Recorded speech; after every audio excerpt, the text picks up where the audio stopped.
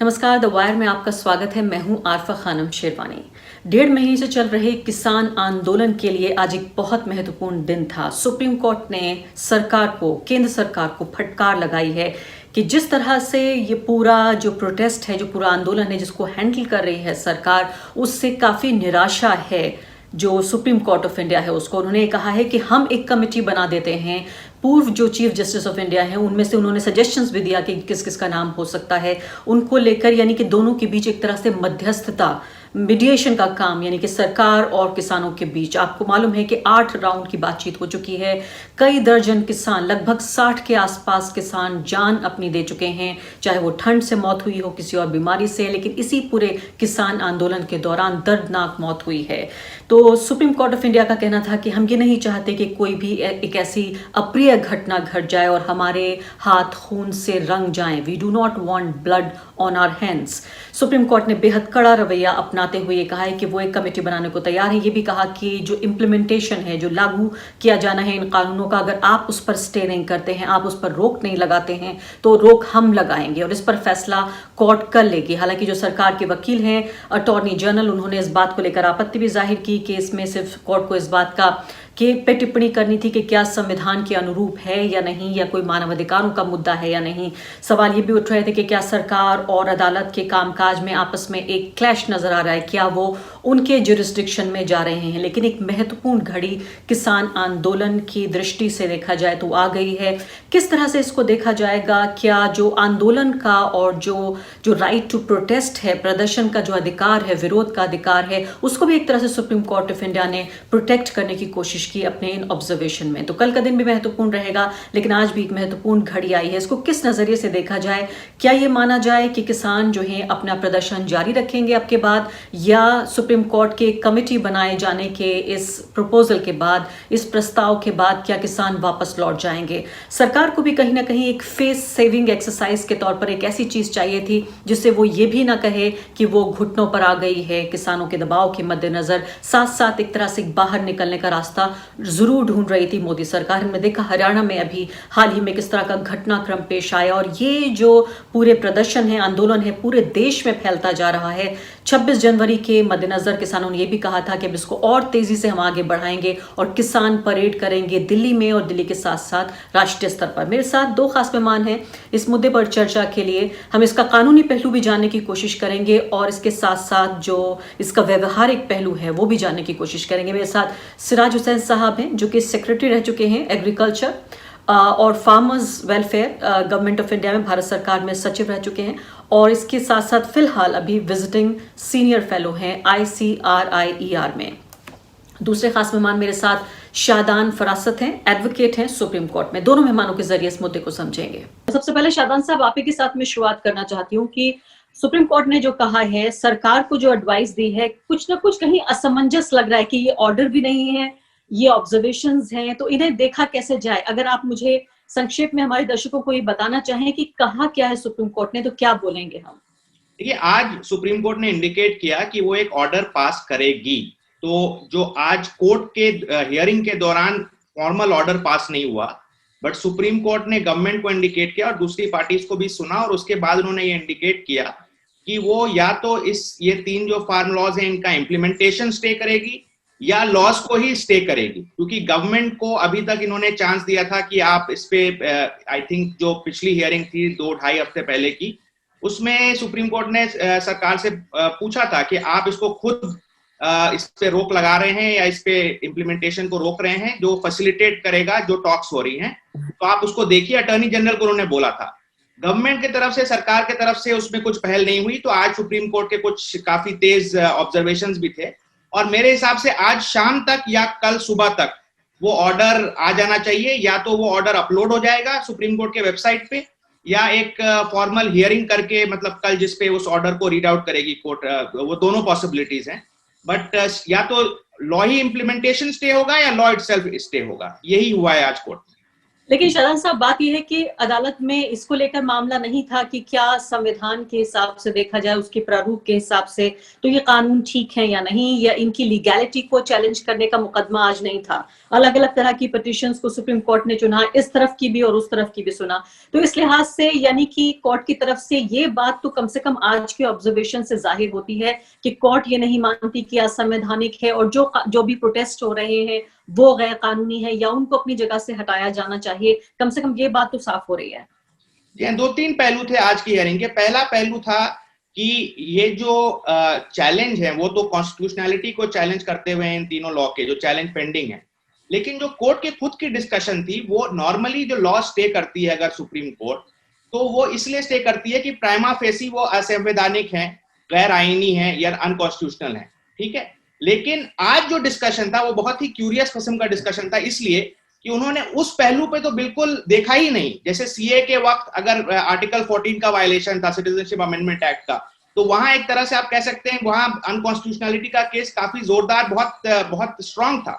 आज तो वो डिस्कशन हुई नहीं, लेकिन मेरे हिसाब से कोर्ट के दिमाग में ये था कि अगर वो स्टे ना करें और प्रोटेस्ट कंटिन्यू करें तो चीजें और बद से बदतर हो सकती हैं ग्राउंड लेवल पे।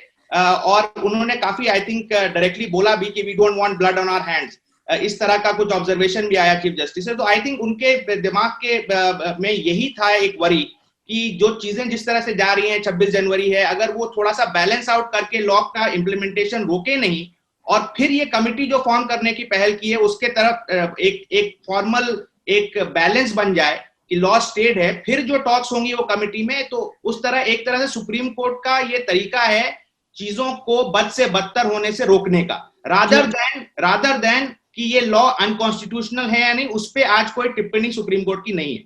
जी, इसी बैलेंस को मैं यहाँ पर उठाना चाहती हूँ सिराज हुसैन साहब के साथ। सिराज साहब, गवर्नमेंट को भी एक तरह से एक फेस सेविंग एक्सरसाइज जिसे कहते हैं कि कोई ऐसी चीज चाहिए थी कि एक बीच का रास्ता निकल जाए, क्योंकि ये सरकार भी बड़ी जिद्दी है, कई लोग कहते हैं बड़ी अहंकारी है, किसान बार बार इस बात को उठाते रहे हैं। क्या आपको लगता है कि कोर्ट की इस पहल से कि हम कमेटी बना देते हैं, हम बीच का रास्ता निकाल देते हैं, कानून की जानकार ये भी कह रहे हैं कि क्या ये काम है कोर्ट्स का कि पॉलिसी डिसीजंस जो एग्जीक्यूटिव के हों उनमें इंटरफेयर करें, ये वाला भी सवाल उठ रहा है। लेकिन साथ साथ ये भी है कि कोर्ट का सिर्फ इतना काम है, खुद जो अटॉर्नी जनरल है उन्होंने भी ये कहा कि नहीं, अगर इसमें संवैधानिक कोई मुद्दा नहीं है, इसमें अगर मानवाधिकारों को लेकर मुद्दा नहीं है तो आप इस तरह से कानून को स्टे नहीं कर सकते। लेकिन मैं आपसे ये जानना चाहती हूँ कि क्या इस ट्रिक को अगर समझा जाए तो वाकई क्या ये एक ऐसा ब्रीदर है जिसकी तलाश में सरकार थी कि कोई ना कोई आके एक फेस सेविंग हमें कोई चीज दे जाए?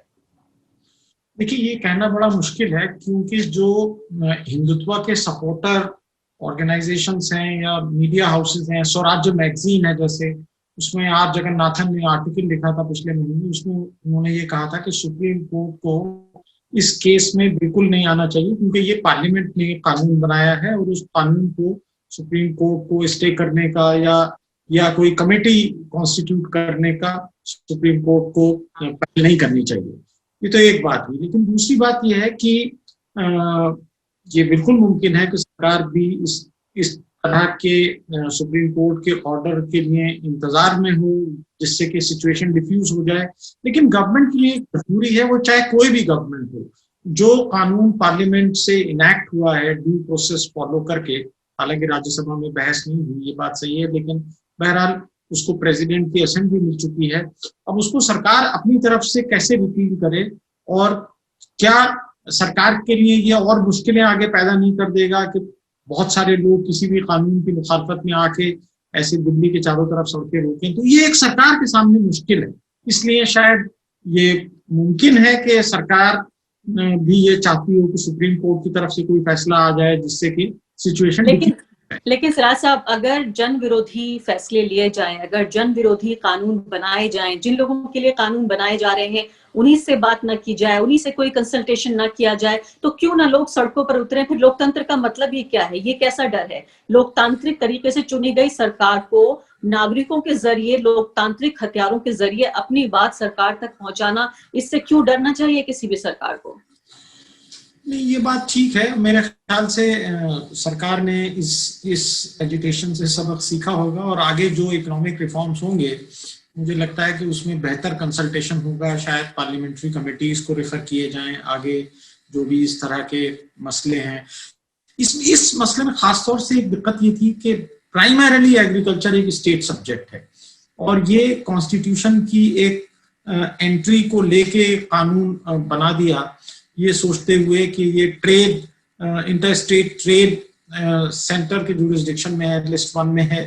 तो बहरहाल ये बात सही है कि डिबेट जितना होना चाहिए था वो नहीं हो सका और जल्दबाजी में कानून बना। लेकिन देखिए पार्लियामेंट्री मेजॉरिटी है, सरकार की तरफ से ये आर्गुमेंट दिया जाता रहा है मुख्तलिफ राइटर्स ने जो सपोर्ट करते हैं कि भाई अगर इस तरह से सरकार को लोग बहुत बड़ी तादाद में आके एक वो तो लफ्ज इस्तेमाल करते हैं ब्लैकमेल करेंगे तो फिर कैसे कोई भी लेजिस्लेशन हो पाएगा। जी हाँ शहबाज साहब, इससे पहले कि मैं आपसे और महत्वपूर्ण और बारीक सवाल पूछूं, एक टेक्निकल जो सवाल है वो ये कि क्या जो आज के ऑब्जर्वेशन है उनमें कोई इस तरह का कोई रेफरेंस है जिससे पता चले कि अब जो है वो किसान अपना प्रोटेस्ट खत्म कर देंगे क्योंकि कमेटी बनाई जा रही है। अगर दोनों ही को ये मान्य हो जाए, सरकार को भी और किसानों को भी, कि चलिए कमेटी बना लीजिए और सुप्रीम कोर्ट ने कहा है कि एक former chief justice of India की अगुवाई में इसको बना सकते हैं हम कमेटी को, और ऐसा मान लेते हैं कि किसान भी शायद थक रहे होंगे, परेशान हो रहे होंगे, और सबसे दुख दर्द की बात यह है कि 60 के आसपास किसानों की मौत हो चुकी है, ठंड से, बीमारी से, उम्र के लिहाज से, रोड एक्सीडेंट्स में।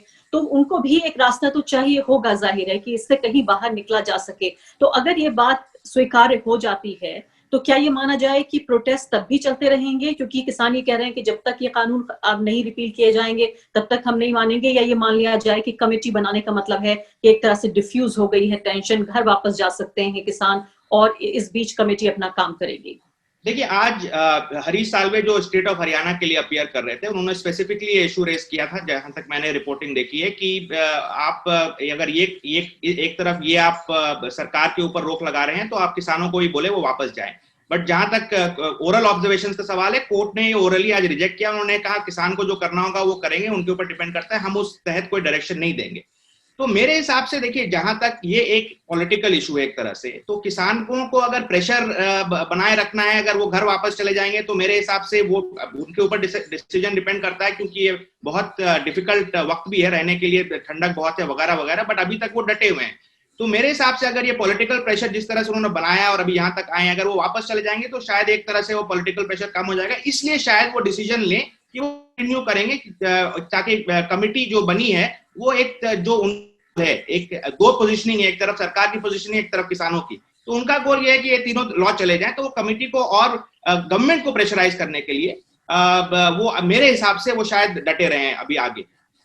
जी हाँ सिराज हुसैन साहब, ये जो बात हो रही है, जो अटॉर्नी जनरल ने कहा है कि हजारों किसान पहले से ही इस कानून के तहत कॉन्ट्रैक्ट कर चुके हैं ट्रेडर्स के साथ, और इससे कितना बड़ा नुकसान होगा किसानों का भी, उन कारोबारियों का भी, और अगर हम जो तो तैयार हैं कि क्लॉज बाय क्लॉज जो है वो किसान जो भी कुछ कहने, खुद प्रधानमंत्री भी कह चुके हैं कि जो भी कुछ किसान कहेंगे हम मानने को तैयार हैं, लेकिन कानून वापस नहीं लेंगे। किसान कहते हैं कि हम कानून वापस लेने से कम पे हम बातचीत नहीं करेंगे। ये जो जिक्र हो रहा है कि इस कानून के तहत ही कॉन्ट्रैक्ट कर चुके हैं बाकी कारोबारियों से किसान, ये कौन से किसान हैं? क्योंकि बड़ी तादाद में किसान तो गाजीपुर बॉर्डर पर, सिंघू बॉर्डर पर, इसके अलावा करीब करीब 7 ऐसी जगहें हैं जहां हजारों की तादाद में किसान प्रोटेस्ट कर रहे हैं, प्रदर्शन कर रहे हैं। तो ये कौन से किसान हैं जिन्होंने पहले ही इस कानून के तहत कॉन्ट्रैक्ट कर लिया है? देखिए, ये ऑर्डिनेंस आ गया था जून में, तो ये मुमकिन है कि जून से लेके अब तक कुछ जगह किसानों ने नए कानूनों के तहत कॉन्ट्रैक्ट्स किए हों, लेकिन इसका कोई डेटा हमारी नजर से नहीं गुजरा है कि हमें ये मालूम हो कि किसने किया है। बहरहाल इन कानूनों के आने से पहले भी कॉन्ट्रैक्ट फार्मिंग अलाउड थी और उसका रजिस्ट्रेशन स्टेट एपीएमसी लॉज के तहत हुआ करता था। सेंटर ने भी कॉन्ट्रैक्ट फार्मिंग का एक मॉडल लॉ सर्कुलेट किया था और बहुत सारी स्टेट्स ने उस लॉ को अडॉप्ट करते हुए अपने स्टेट में कानून बनाया था। तो ये मुमकिन है कि बहुत सारी जगह कॉन्ट्रैक्ट्स हुए हों पुराने कानूनों के तहत या नए कानूनों के तहत। देखिए, जो असल मुद्दा है वो कॉन्ट्रैक्ट फार्मिंग को लेके है ही नहीं, वो एक छोटा इशू है मेरे ख्याल से। जो असल मुद्दा है वो ये है कि एपीएमसी इसी तरह रहेंगी या नहीं रहेंगी, उनका क्या फ्यूचर है और गवर्नमेंट प्रोक्योरमेंट का क्या फ्यूचर है। ये दो असल मुद्दे हैं। जी हाँ, तो इसको थोड़ा समझाएं हमें कि जब ये सरकार कहती है कि हम क्लॉज बाय क्लॉज डिस्कस करने को तैयार हैं, तो क्या ऐसी चीजें हैं जिसपे आपको लगता है कि अगर माना कानून पूरी तरीके से वापस नहीं होता है, तो कौन सी ऐसी चीजें हैं जो सरकार ये चाहती है जिसपे वो वापस हो सकती है एक बीच का रास्ता निकालने के लिए? चूंकि आपने बारीकी से इस मुद्दे को समझा है, सरकार का एक हिस्सा रहते हुए भी, सरकार के बाहर आके भी, किसानों को भी आप बेहतर तरीके से समझते हैं, किसानी को भी समझते हैं। क्या ऐसी चीजें हैं जो फिलहाल जिन पर कोई समझौता हो सकता है? देखिए, गवर्नमेंट ने अपनी तरफ से एक तरह से कहा जाए तो काफी अपनी पोजीशन को कॉम्प्रोमाइज करते हुए ये अनाउंस किया है, जहां तक मेरी नजरों से रिपोर्ट्स गुजरी हैं, कि हम ट्रेड एरिया में टैक्स लगाने का वही निजाम कायम कर देंगे जो कि एपीएमसी के अंदर होगा।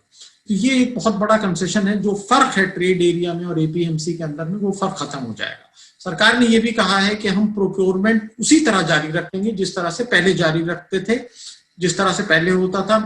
इसकी डिटेल्स नहीं आई हैं क्या इसकी वर्डिंग होगी, लेकिन बहरहाल उस पर गवर्नमेंट निगोशिएट करने को तैयार है। मुझे ऐसा लगता है कि सरकार शायद इसके लिए भी तैयार होगी कि इन कानूनों के इम्प्लीमेंटेशन को स्टेट गवर्नमेंट्स के ऊपर छोड़ दिया जाए। ये भी एक fall back position, ultimate position सरकार की हो सकती है, ऐसा लगता है। लेकिन सरकार को ये लगता है कि अगर हम कानून रिपील करेंगे तो आगे हमारे लिए कोई भी लेजिस्लेशन बनाना या कोई भी रिफॉर्म करना इकोनॉमी में या और किसी चीज में वो बहुत मुश्किल हो जाएगा। तो ये दिक्कतें हैं। लेकिन कई चीजों में मैं ये कहूंगा कि सरकार ने काफी एक तरह से लचक दिखाई है, और सीएए में जो लचक बिल्कुल नहीं थी, सरकार ने बात ही नहीं की थी उन लोगों के साथ, तो वो यहाँ हमने नहीं देखा। बल्कि सरकार ने एक अच्छा रवैया अपनाते हुए निगोशिएशन के लिए रास्ता हमेशा खुला रखा, और इतने सारे राउंड्स निगोशिएशन के हुए भी हैं। जी हाँ, शादान साहब, जो कि बात सीएए की आ रही है और बार बार ये बात कंपैरिजन होगा ही, एक पैरेलल समानांतर देखने की कोशिश होगी कि क्यों ये नहीं चाहती थी सरकार कि उनसे कोई बातचीत की जाए, बल्कि उनके खिलाफ एक तरह की पूरी राजनीति हमने देखी। तब भी ये कहा गया कि सिर्फ ये ऐसा नहीं है कि कुछ लोग अपनी नागरिकता की रक्षा के लिए यहाँ आए हैं, बल्कि संविधान का जो एक बेसिक स्ट्रक्चर है उसको बचा के रखना चाहते हैं। यहाँ भी वही बात है कि सामने हमें नजर आ रहे हैं किसान अपने हितों की रक्षा के लिए, अपना लाइफ और लाइवलीहुड के लिए यहाँ आगे हैं। लेकिन अगर गौर से हम देखें तो वो भी एक लोकतंत्र की जो आत्मा है उसको बचाने के लिए यहाँ पर हैं, क्योंकि ये कानून जिस तरह से बनाया गया है ये अलोकतांत्रिक होने के साथ साथ, जैसा कि यहाँ पे भी जिक्र हुआ, कि जो राज्यों के अधिकार हैं वो भी छीन लेने की एक कोशिश है। इसके अलावा नागरिक से उसका अधिकार कि वो कानून का इस्तेमाल करके अपने अधिकारों की रक्षा कर सके, वो भी छीना जा रहा है, क्योंकि किसान होने के साथ साथ वो एक नागरिक भी है इस देश का। तो कहीं ना कहीं इन दोनों प्रोटेस्ट में एक जो समानांतर है वो देखा जा रहा है। इसलिए लोग ये कहते हैं इनको प्रदर्शन नहीं कहना चाहिए, ये एक आंदोलन है। मैं आपसे ये जानना चाहती हूँ कि जब अटॉर्नी जनरल ये कह रहे हैं कि कोर्ट को सिर्फ उसकी संवैधानिकता देखनी चाहिए, सिर्फ ये देखना चाहिए कि जो लेजिस्लेटिव कॉम्पिटेंस है वो है या नहीं, तो क्या ये इस बात में कोई दम है कि कोर्ट जो है वो एग्जीक्यूटिव के काम में दखल न दे? चाहे कितने भी अलोकतांत्रिक तरीके से सरकारें कानून पास करें, कोर्ट सिर्फ ये पीछे मुड़ के देखे, एक कदम पीछे हटके कि सरकार का ये काम है, चुनी हुई सरकार है, वो जो चाहे करे। देखिए, पहली बात तो ये है कि ये जो लेजिस्लेशन है ये ऐसा नहीं है कि पूरी तरह से प्रॉपरली पास हुआ है। सिर्फ राज्यसभा में सिर्फ डिस्कशन की कमी नहीं थी, राज्यसभा में सरकार के पास नंबर थे या नहीं इसी पे क्वेश्चन है, क्योंकि डिवीजन ऑफ वोट ही नहीं हुआ। तो is this law validly pass by parliament, ये तो क्वेश्चन नंबर 1 है। और जब डिवीजन डिवीजन डिमांड किया गया फ्लोर पे राज्यसभा में, तो डिवीजन दिया नहीं गया। तो ये सिर्फ एक होता क्या है, कोर्ट जो है वो टेस्ट नहीं करती है अगर इर्रेगुलरिटी ऑफ प्रोसीजर हो कोई पार्लियामेंट में या असेंबली के अंदर, बट अगर वो इर्रेगुलरिटी इलीगैलिटी या अनकॉन्स्टिट्यूशनलिटी में कन्वर्ट हो जाती है तब कोर्ट का पावर होता है उसे टेस्ट करने का। तो उस बुनियाद पे ये एक मेजर पॉइंट है, चाहे लॉ में अदर प्रोविजन कोई जो भी हो वो फंडामेंटल राइट नहीं वायलेट कर रहे हो, ये वैलिडली लॉ पास है या नहीं, यही एक बहुत बड़ा मुद्दा है। ऑल्दो कोर्ट ने इस पे आज डिस्कशन नहीं की, मैंने जहां तक देखा एक वकील, सीनियर वकील ने इस इशू को भी आज रेज किया। कोर्ट का कोई ऑब्जर्वेशन नहीं आया, बट इस इशू को आज रेज किया गया।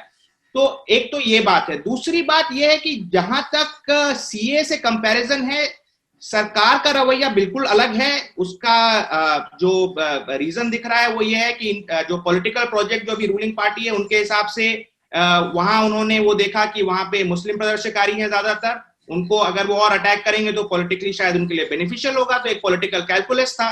यहाँ पे वो पॉलिटिकल कैलकुलस चेंज हो गया, क्योंकि ऑल्दो शुरू में इन्होंने वो भी यहाँ पे ट्राई किया, खालिस्तानी वगैरह इस तरह की बातें की गई, लेकिन क्योंकि एक फार्मर्स इशू है और ये और ब्रॉड बेस हो सकता है, पंजाब के बियॉन्ड भी जा सकता है, तो सरकार ने एंगेज किया। तो उनका वो डिफरेंट पॉलिटिकल कैलकुलस है कि यहाँ हमें पॉलिटिकल डैमेज नहीं हो रहा है, इसलिए हमें नेगोशिएट भी नहीं करेंगे, we will be seen as weak. और यहाँ पे इतने ये श्योर नहीं थे कि इनको पॉलिटिकल डैमेज होगा या नहीं होगा, इसलिए जमीन पे आगे बात करने के लिए। जी हाँ, बहुत दिलचस्प बात है आप ये कह रहे हैं, और इस बात से साफ पता चलता है कि जो चुनावी रूप से अगर देखा जाए, राजनीतिक रूप से, तो सोचिए आप, हरियाणा में मुख्यमंत्री को उन्हीं के राज्य में प्रदर्शन की वजह से उन्हें वो रैली नहीं कर पाए, कार्यक्रम नहीं कर पाए। इससे बड़ी बात शायद मुझे नहीं लगता कि रीसेंट हिस्ट्री में ऐसा हुआ हो कि उस राज्य का मुख्यमंत्री अपने ही राज्य में कोई कार्यक्रम ना कर पाए। इतना ज्यादा विरोध का सामना करना पड़ा है। दोनों मेहमानों का बहुत बहुत शुक्रिया। हम इंतजार करेंगे कि कोर्ट का पूरा ऑर्डर आज आ जाएगा या कल आएगा, इस बार फिर इस पर बहस करेंगे। उम्मीद हम यही करते हैं कि जो जीत होनी चाहिए वो लोकतांत्रिक मूल्यों की होनी चाहिए और बिना बहुत ज्यादा नुकसान, जो पहले ही हो चुका है, 60 से ज्यादा जानें जा चुकी हैं और कितने लोग अपना घर बार सब कुछ छोड़कर इस कड़कड़ाती ठंड में, जहां लिहाफ बिस्तर से निकलना बाहर मुश्किल होता है, वहां पड़े हुए हैं खुले में। उम्मीद करते हैं कि कोई समाधान जरूर निकलेगा। बहुत बहुत शुक्रिया आपका सिराज हुसैन साहब और शादान फरासा साहब। द वायर के और वीडियोस देखने के लिए सब्सक्राइब करें और बेल आइकन पर क्लिक करें। स्वतंत्र पत्रकारिता की आर्थिक मदद करने के लिए डिस्क्रिप्शन में दिए गए लिंक पर जाएं और अपनी राशि चुनें।